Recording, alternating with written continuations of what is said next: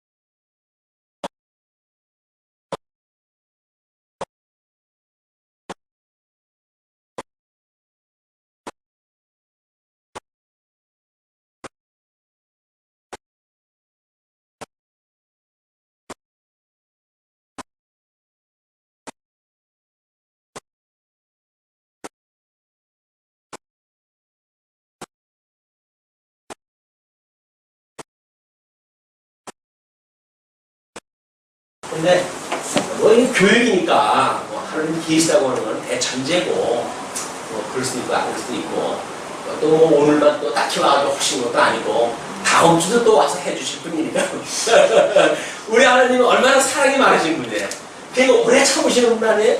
그냥 때를 얻든지 못 얻든지 언제든지 이 말씀을 전해주시는 분이니까 오늘 내가 바빠가지고 못 듣는 건 다음 주일날 우리 주님께서 나한테 특별히 또 들려주시겠지.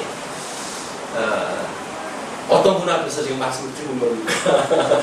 우리한테 제공하는 자가 누군지 간원이 너희를 초청해서 식사할 때 했을 때 내 앞에 있는 자가 누구라고 지금 누구냐고 그걸 생각을 해봐보라고 그러는데 과연 지금 분명히 이건 아닐 거란 말이에요. 이제 점심시간 끝나고 우리는 지금 강론을 들으니까 그러면은 오늘 우리는 하나님 앞에서 우리가 과연 이 말씀을 듣는 자세로 이걸 이제 한번 생각을 해볼 필요가 있지 않을까.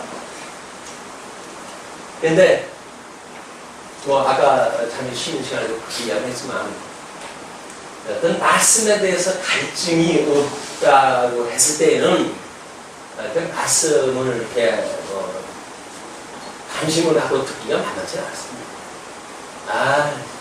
한 시간 동안 이런 생각이 들죠. 하나님이 살아계셔가지고 좀 그분께서 친히 성령을 보내주셔가지고 우리한테 뭔가 말씀을 들려주시고 이런 거 이제 관념적인 것 같잖아요. 그냥 목사가 말을 그렇게 하는 거지. 보안이 뭐 성령님이 와가지고 거할 만한 그런 근물도 아닌 것 같고 뭐 그렇게 사실적으로 믿어지는 게 많지 않습니다.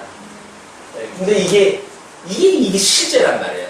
이거는 실제의 문제고, 이거는 실제의 문제고, 이 근본적인 목적에 대한 문제고, 이건 단편적인 건데, 가시적이고 눈에 보이는 건 이쪽일 거란 말이에요.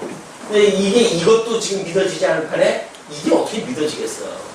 이게 하나님께서 특별히 주시는 은혜가 아닌가 싶습니다. 그 말씀에 우리가 진력하게 하시고 진리를 탐구할 마음을 주시고 이렇게 하는 것은 하나님의 은혜로 붙들어 주신다 그렇지. 가끔가다 제가 뭐 이제 어떤 말씀을 연구하는 쪽에 이런 것보다는 그 부수적인 것들도 이제 뭐 그런 것들 연구를 갖다 해야 되지 않겠어요. 뭐 많은 그런 거 전문을 넓게 되고 하니까 그런 걸 하다 보면 어쨌든 가끔가다 그래요. 시간을 아낀다는 이야기가 과연 뭘까? 그러니까 이 방편을 우리가 연구하면서도 끊임없이 이쪽의 걸 염두에 두고 연구가 되어진다고 한다면 이게 시간을 아끼는 거죠. 그러나 이쪽에 풍덩 빠져가지고 올인을 해버리게 되면 그거는 시간을 허송세월 해버리고 마는 거예요.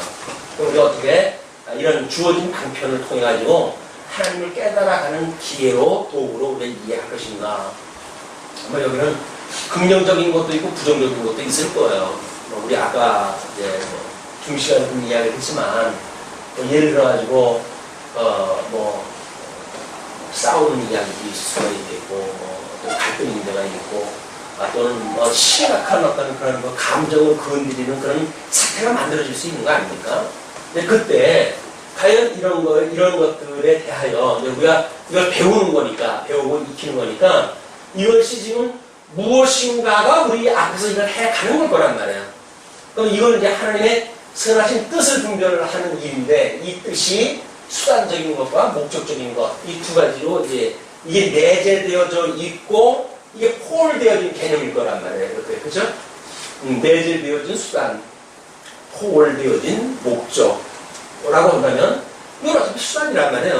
그럼 수단 속에 우리가 있을 때 분명히 이건 이제 우상이 우리들한테 육체의 소욕을 자극시켜가지고 이러기도 하고 저러기도 이제 할 거니까 그렇게 했을 때 이게 정말 과연 하나님이 성령의 감동을 주어가지고 나타나는 반응의 세계인가 아니면 사단이 우리들로 하여금 미혹을 갖다 하는 그런 그 세계인가 이것이 일단 분별이 되어지는 것이 뜻분별이란 말이야. 영적 예배의 시작이니까 이 뜻분별인데 여기서 이 사단이 우리들로 미혹을 해요.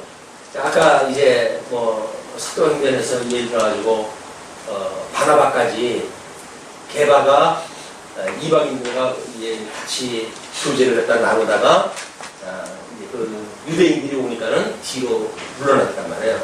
거기에 바나바가 함께 미혹을 당하잖아요. 이 함께 미혹을 당한다는 이야기는 이것이 하나님의 선한 뜻이 무엇인가 분별되어지는 것이 아니라 이 상황 속에 그냥 몰입이 돼버린 거 아니에요? 그 개가가 물러나니까 자기도 물러나 버린단 말이에요. 지금 함께 식사한다고 하는 개념이 뭔지에 대한 이걸 방편적으로 이해를 하지 않고 함께 자리를 했느냐 안 했느냐 정제를 받느냐 안 받느냐라고 하는 현실 문제니까 그 문제가 딱 왔을 때 뒤로 물러나는 걸로 또는 반항하는 미혹당하는 걸로 이게 현상이 나타난단 말이죠. 그랬을 때 함께 자리에 있던 바울 그 사람은 이 자리에 함께 있던 사람이거든요. 근데 그 사람은 이렇게 했던 개발을 실체적으로 한단 말이에요. 왜 너도 지지 못했던 그 율법의 멍에를 이방인한테 지게 하느냐 라고 하는 그 이야기는 율법이라고 하는 것이 이걸 깨닫게 하시기 위한 수단적으로 주어진 건데 그렇게 해가지고 복음을 우리가 정리가 되어져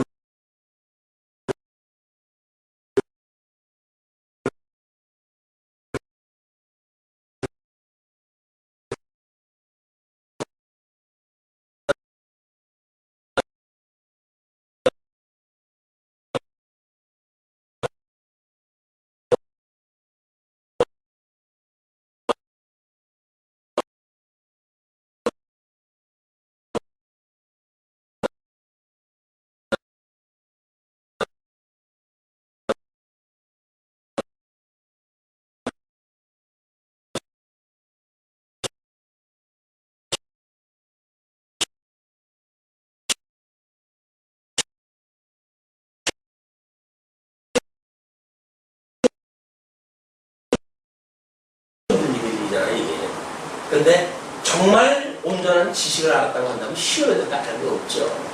우리 아까 찬송 불렀던 그것인데 우리가 그 팔복이라고 하는 것도 결국은 복 있는 자를 우리가 깨닫는 것이 복 있는 거지. 복 있는 자와 상관없이 내가 복 있다고 하는 그거는 언제 하루아침에 없어질 것들이거든요. 그게 하나님 심판을 다 붙여가지고 없어질 것들인데 거기에 올인한다는 것만큼 어리석은 일이 없습니다. 틀림없이 하나님을 배워가는 게 우리가 불길이다. 그러니까 그 진찬을 탐하지 말라. 기름진 음식을 차려놓고 뭐 이런 것들을 탐하지. 이 찬자가 무슨 찬자입니까 이게? 진사라지. 음식 찬자. 그 기름진 배설되어진 그런 그 음식들 이런 걸 탐하지 말라. 그것은 간사하게 베푼 식물이다.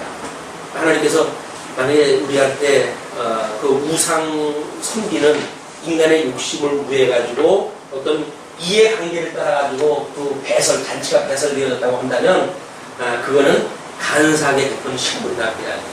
그래서 이런 것들이 이제 예수님한테 40일 금식한 그 예수님한테 네가 하나님의 아들이거든 이 돌동으로 떡을 만들어 먹어라 라고 이제 하잖아요. 이거는 우리가 먹고 마시는 것이 하나님의 나라처럼 오해가 되어진다는 거예요. 뭐 잠언의 어떤 그 내용들을 보게 되면 먹고 마시는 것이 하나님의 은혜가 아니냐 이렇게 또 설명되어진 것도 있으니까 마치 주님의 몸된 교회의 일이 먹고 마시고 하는 것이 이 나라 이 교회에서 누리고 있는 복처럼 생각을 하는데 이거를 신령한 의미로 재해석되지 않으면 매우 위험천만한 발상입니다. 그런 그 이야기다. 먹고 죽는 귀신 때깔도 좋다고 그러면서 자꾸 이쪽의 걸 그런 쪽으로 해석을 해간단 말이에요. 근데 하나님의 말씀 그래서 말씀을 깨닫게 되면 우리가 어떻게 보게 되면 우리가 참 마음이 평안하게 되고 마음이 평안하게 되고 불분이 은하하게 되고 지금 이렇게 이야기하는데 철저하게 이교 종교적인 방법이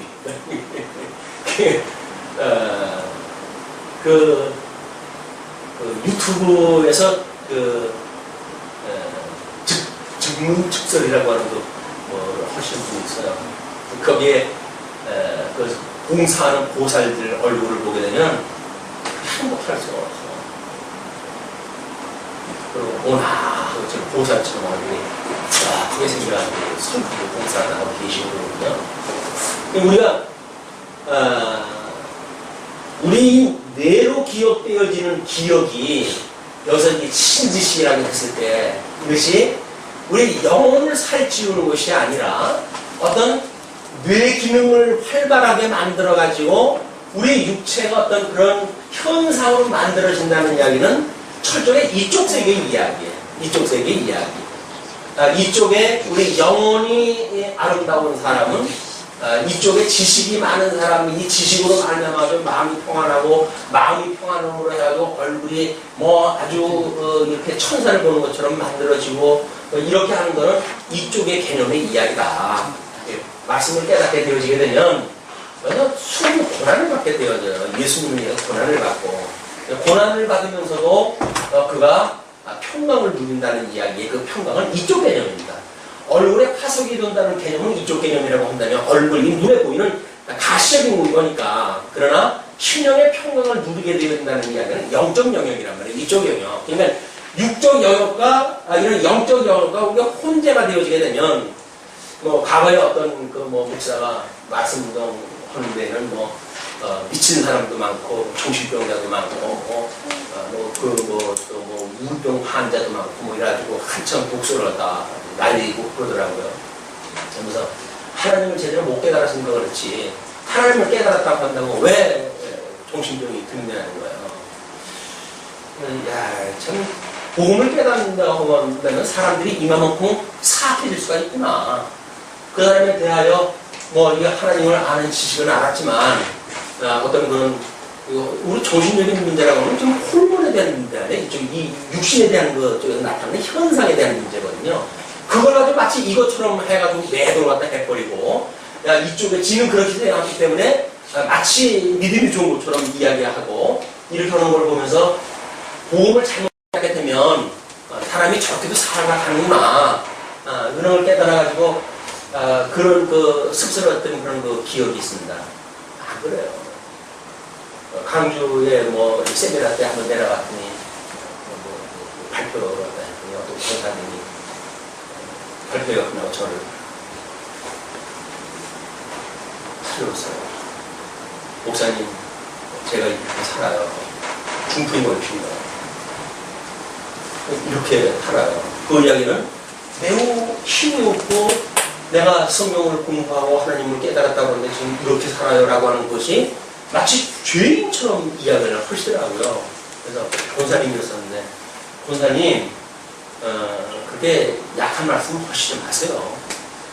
권사님이 지금 알고 있는 뭐 뇌경색이라든지 이런 거는 그냥 육체가 알고 있는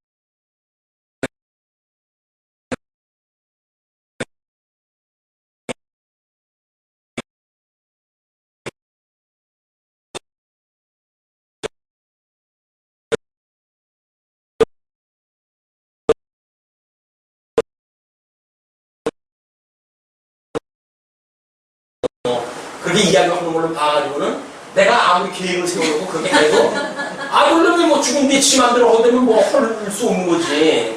그냥 그것도 뭐 미리 걱정할 일은 아니다. 다만 그런 의도를 이야기하는 거는 하나님께로 우리가 쓰임을 받는 도구를 어떻게 증명할까에 대한 문제지. 그것이 어떻게 이루어지는 게 목적이기 때문에 말하는 건 아니니까. 하다고 한다면 충분히 뭐 지가 했겠죠. 어떻게 지가 철없는지 지 어떤 체력과 믿음과 뭐 당위와 모든 자기 총체적인 그런 걸로 해가지고 나타날 거 아니겠어요. 그건 이제 지 믿음의 분량을 나올 거고, 제 입장에서는 정말 그런 것들이 정말 시간을 뛰어넘는 거라고 한다면, 칼빈은 평균을 갖다 써달라고 이야기했대요. 공부를 갖다 얼마나 크게 만들 거냐 얘기해가지고 자기 살았을 때 자기 계급을 알리는 거거든요. 그러니까 공부를 갖다 있는 대로 높이고 명당이라고 하는 자리 뭐 대통령 뭐 이런 사람들이 그냥 해가지고 자기 부모 그쪽으로 이장을 갖다 하고 얘는 뭐 잘못되어져 있는 세계관에서 나오는 일들이거든요. 근데 잘못되어져 있는 세계관인데 가만히 보니까 그런 데는 폼나게 한단 말이에요. 어떤 사람은 뭐 자기 아버지 묘가 건조라도 고속도 뭐 나가는 길까지 만들어 놓고 뭐 이래가지고 한참 또 쉬고 문제를 만들어지고 그랬는데, 근데 이쪽의 목적이라고 한다면 그런 일 보면 열받죠. 세금, 국민에 대한 세금 가지고 지네 집 문제를 해결하기 위해서 써먹는 데는 게 말이 되겠어요?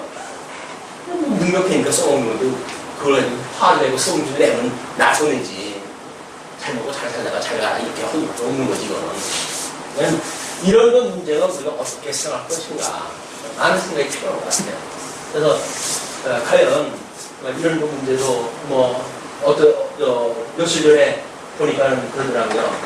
노인 연금이 형식적인 게 아니냐, 용돈 수준의 그런 연금이 되어지겠냐, 이런 논의가 되어지는 걸로 보아가지고 제가 은퇴해가지고 살 때 지금 나라에서 그래도 하루 3끼 팍스랑 수익 해주겠다. 나는 2끼밖에 안 주면 한 끼 바깥에 나가서 얻어먹으면 되지. 지금 제공해놓은 집이 있으니까. 혜진이 거기 가지 말라고 그랬다는데. 그러나, 어떻게 배고프면 가야지. 다른 사람 먹는 나라고 못 먹을 이거 먹어야겠어요. 하루 한 끼 먹어서 먹고, 2끼는 해결하면 되지 않을까.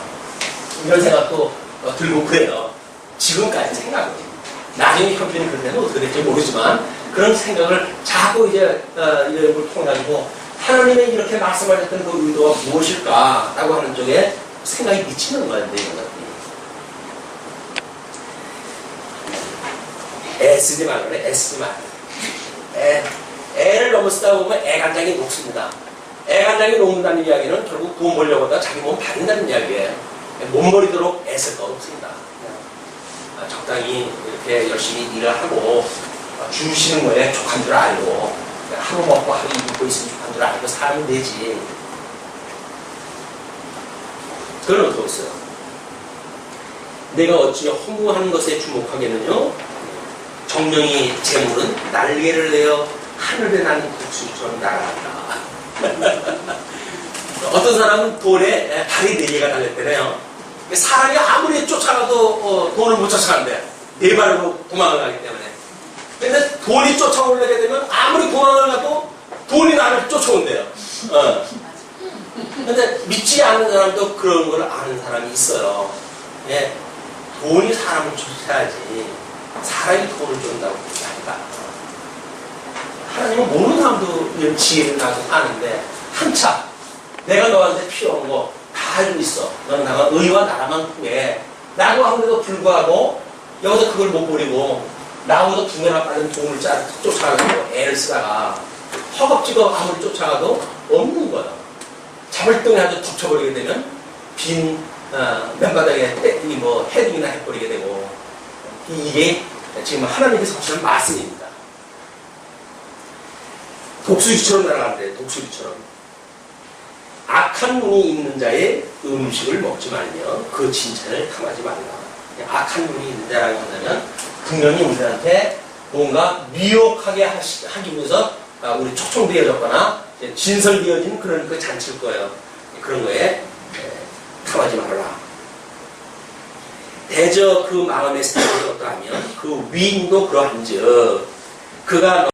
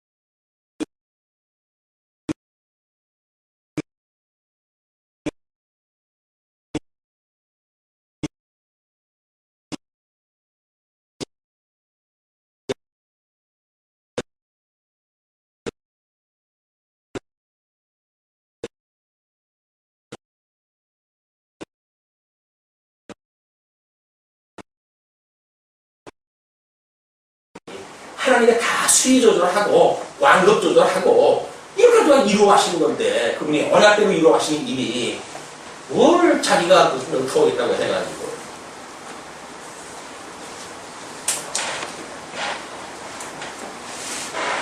옛 지계석을 옮기지 말며 외로운 자식의 밭을 침범하지 말지어다. 지계석이라고 하는 하나님의 언약대로 이루어 가신 것을 좀 증명하는 그런 그 경계석인데 그런 것들을 옮기는 일, 이해관계에 의해서 이런 것들은 바로 외로운 자식의 밭을 침범하는 일이나 마찬가지겠죠. 대적, 그들의 구속자는 강하시니 너를 대적하사 그 원을 표시리라. 하나님께 이 만사를 하나님께서 한다고 믿어지게 되면 너무 악바리 노릇할 필요도 없는 거예요. 그렇게 하면 마치 뭐가 될 거라고 생각이 들어가지고 온통 그냥 사람을 쥐잡듯 잡고 이렇게 해가지고 그게 뭐 리더십이 좋다고 그렇게 평가받을는지 모르겠죠. 근데 술집에 그 사람들이 가게 되면 리더십이 좋다고 평가를 또 언제 하십니까? 그 인간은 인간도 아니야. 아니 목전에서 얼마나 이쁜 소리를 하고 했어요. 아, 참 짱입니다. 참, 과장님, 기장님, 우리 소장님, 참 리더십이 대단하십니다. 이렇게 이야기를 할 거예요. 돌아올 지네들께 술 먹을 적에는 있는 술 안 줘야 돼요. 사람도 기에 무슨 대답 듣기 위해서 이런 거 말하는 게 허망스럽게 짝이 없는 겁니다. 네, 훈계에 착심하며, 12절부터 26절까지가 지혜를 얻어가지고 정도를 거두라는 훈계인데, 훈계를 착심하며 지식의 말씀에 귀를 기울이라. 훈계라고 하는 건 우리가 중생하고 거듭난 지혜로운 자가 들을 수 있는 거라고 그랬죠. 하나님의 말씀을 듣게 되어지게 되면 그 지식의 말씀에 귀를 기울이게 되어지고 그렇게 되어진다고 하니까 아이를 훈계하지 않지 말라. 그 이야기는 아이를 훈계라는 이야기죠. 채찍으로 그를 때릴지라도 죽지 아니하리라. 하나님의 말씀을 우리 자녀들한테 가르칠 때에 어렸을 때에 그 자녀들한테 가르쳐 줄 때에 이 초단을 아끼지 말라는 이야기거든요. 그건 하나님께서 그렇게 하시겠다는 이야기예요. 하나님을 깨달아가게 하시기 위해서는 택한 백성이라고 할지라도 공부함 속에 우리를 두신다는 이야기예요. 이걸 이루신 분이 바로 예수님 아닙니까? 심지어 십자가에 못 박아 죽임을 당하시잖아요. 초단은 그냥 그 채찍으로 해가지고 온 가죽이 찢어져가지고 피를 흘리시는 것이 예수님의 사건인데 예수님을 지금 그렇게 보여준 거지.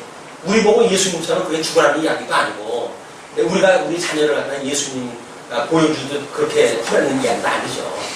그런 것이 너무 문자적으로 이해하게 되면 자녀들을 너무 또 초단을 또 우리가 써가지고 폭력이 가정 폭력이 되고 우리 한국인 특별한 그런 훈계 방식인데 이 동양에서 서구인들은 상당히 경계하는 그런 거 이익인 겁니다. 왜냐하면 그를 채찍으로 때리면 그 영혼을 음부에서 구원하리라. 이거는 이제 그 채찍으로 때린다고 하는 이야기가 어떤 초단을 아끼지 않는 방법 아니에요. 그러면 우리가 이쪽에서 우리 하나님께서 이 택한 백성들을 교육시키는 걸 보게 되면 우리들의 어떤 이제 질병 또는 가뭄 또는 전쟁 이것이 택한 백성들한테 교육시킨 겁니다. 사회적인 어떤 그런 영역, 경제적인 영역, 정치적인 영역 이렇게 해가지고 3대 언약을 이루어 가실 때 초단을 쓰시는 방법이에요. 하나님께서 이 온욕이라고 이렇게 이야기를 하는데 그 온욕이라고 하는 것이 택한 백성들 말 안 듣게 되면 생육하고 번성을 하고 했지만 하나님 기운 들려가지고 그냥 자연사하게 만드시는 거예요. 하나님이 하시는 일이고 땅에 가뭄을 내게 해가지고 국물 우리가 수확을 못하니까 결국은 기근에 허명이게끔 만드는 것이 경제적인 하나님께서 이 땅을 정복하라고 우리한테 축복을 하다 하지 않았어요. 그 양변형을 잃어버리고 산다고 하는 그걸 깨닫게 하시는 방법이 이거란 말이에요. 그리고 우리 모든 걸 다스리라고 그랬는데 다스리기는커녕 전쟁에서 져가지고 맨날 터지네 라고 하는 그런 그 이야기도 만물을 우리 하나님이 다스리라 라고 했던 그 언약이 어떻게 되어져 가는 걸 깨닫게 되어지는 교육적 방법이란 말이에요. 우리 자녀들한테 초단을 아끼지 않는 방법이 이 부흥이죠. 그러면 사회적인 원리가 뭐라 그랬어요? 사제성이랬군요. 그럼 초단을 아끼지 않는 방법이 뭐예요? 그럼 내가 죽는 거예요. 근데 나는 살고 너는 죽어라? 그리고 우리 초단을 쓰잖아요. 또 우리 경제적인 원리, 뭐 이걸 우리가 연주보라고 그랬단 말이에요. 그런데 뭐 우리는 다른 사람들 거 임대로 착취하고 그래놓고 무슨 뭐 이걸 명보가 어쩌고저쩌고 이야기하는 것이 공당치 않은 일이고 정치적인 모든 다 쓰라고 그랬는데 이렇게 되어지는 것도 공수치라고 이렇게 이야기를 쓰는데 성경이 아니라 다스리는데 분리만 하고 있으니까 이런 게 문제가 많겠습니다 예.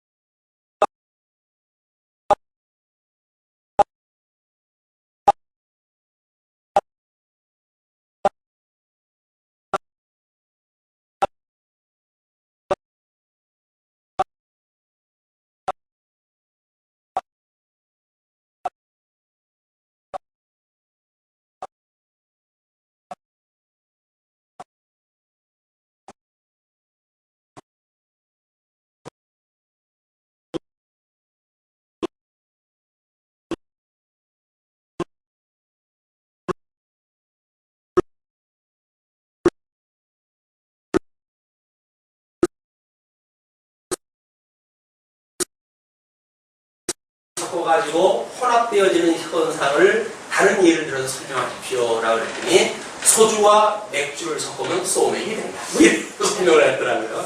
선생님이 엑스표를 했던데. 포도주는 붉고 잔에서 번쩍이며 순하게 내려가나니 너는 그것을 보지도 말지어다. 이 포도주 마시는 거 제법 목구멍에 잘 넘어와요. 보지도 말아라 그 얘기죠. 이성이 마비되어지는 거니까 이것이 마침내 뱀같이 물 것이요 독사같이 쏠 것이며 내 눈에는 괴이한 것이 보일 것이요 내 마음에 망령된 것을 말할 것이며 아마 이것은 우리 술꾼들의 입에서 이미 증명이 되어진 일이죠. 먼저 사람이 술을 먹고 술이 술을 먹고 술이 사람을 먹는다. 그 이야기를 지금 여기서 이렇게 설명을 하는 겁니다. 점점 뱀같이 묽게 되어지고 독사같이 쏠 것이고 내 눈에는 기이한 것이 보일 것이고 내 마음은 망령된 것을 바랄 것이며 너는 바다 가운데 누운 자 같을 것이고 돛대 위에 누운 자 같이 같을 것이다. 그냥 하늘이 동작만 해진다 그 이야기예요. 내가 스스로 말하기를 사람이 나를 때려도 나는 아프지 아니하고 나를 상하게 하여도 내게 감각이 없도다. 내가 언제나 깰까 다시 술을 찾겠다 하리라. 그냥 여기서 주어지는 모든 고통을 우정 잊어버리는 그런 그 일이에요. 이게 술, 마약 이런 데 우리가 빠져버리는 거죠. 그냥 우리가 고통은 고통으로 와야 죄의 문제가 죄로 와야 하나님의 은혜를 깨닫는 대로 가게 되어지는데 이거는 그냥 뭐 하나님 다 언약대로 이루고 하는 거야. 이 죄의 문제 해결됐잖아? 죄 때문에 더 이상 고민할 거 없어? 라고 만약에 우리를 만들어 버리게 되면 우리는 이제 전부 무감각해진 그런 거 나 환자가 돼버리는 거예요. 영적 나 환자가 돼가지고 죄 문제에 대해서 아무렇지도 않아요. 근데 죄 문제가 아무렇지도 않으니까 은혜가 뭔지 그 은혜 문제도 우리 해결이 안 된다. 철저하게 우리는 우리 내면 세계를 보고 하나님께서 어떻게 언약대로 이루어가시는 것을 지금 보여주시는지 잘 살펴볼 이유가 있다. 이렇게 이해해 보시면 될 것 같습니다. 오늘은 여기까지였죠.